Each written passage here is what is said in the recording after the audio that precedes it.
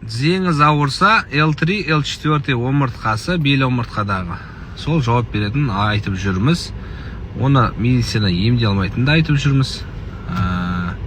Ол омыртқаларды нерв жолдарын босатқаннан кейін, 8 көзді босатқаннан кейін, бұның барлығы аяқтарыңызды, жүрісіңізді жеңілдетуге намного жақсы болып қаласыз. Жүрісіңізді өзгеріс жақсы, өте жақсы болып қалады. Отырып тұруыңыз жақсы болып қалады. Және L3, L4 омыртқасы қуық жаңағы кіші дәрет жіберіп қоятын үлкен кісілер көбіне сол кісілердің сол кіші дәретте дұрысталып кетіп жатады.